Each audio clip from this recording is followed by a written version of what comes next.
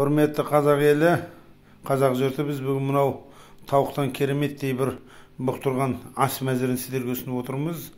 Керек адамдар алып жасап көрсе, дәмі ауыздан кетпес. Керемет тамақ болады. Біз сізге қазір соны көрсетеміз. Қиын ештеңе жоқ.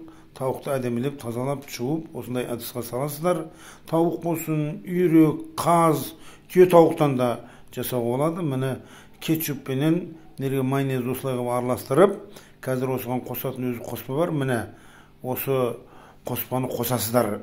Сөйтіп үстінен әбден ысқылап, қазір жағасыздар үстіне. Қазір біз осы видеода көрсетіп жатқандай қылып жасайсыздар. Міне осындай қылып осы қазір жағасыздар, ысқылап әдемілеп тұрып.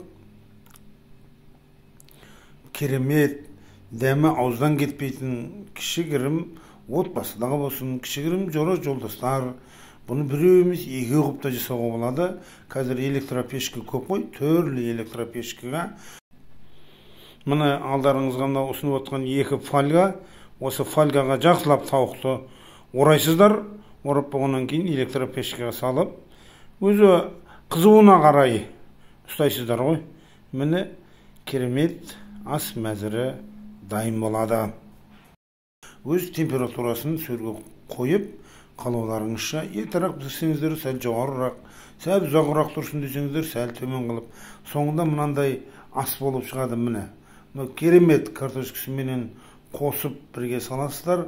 Картошкасы ауызда өзі еріп кете береді. Міне дәл алдарыңызда тұрған, міне мен әдеген видеоны сурет қылып сіздерге ұсындым.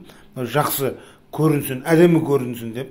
Міне жалпы мынандай болып бүтін шыққан кезінде мынандай бүтін болады. Міне қарап тұрсыздар ғой, осы бүтін күйінде қазір кесіп күріш дайындасаңыздар болады. Біреулер гречка, мынау жанына бөдененің жұмыртқасын қосасыздар. Міне осылай кесіп әшейін тарсаңыздар үзіліп жатыр. Не деген керемет дәмді тамақ. Иісі деген кәдімгі мұрынды жарып, жеген кезде аузыңыздың су ағады. Кәдімгідей керемет былбырап тұрып піседі. Әсіресе жасыл қойып қойған кісілерге міне алдарыңызға қазір көрсеттік.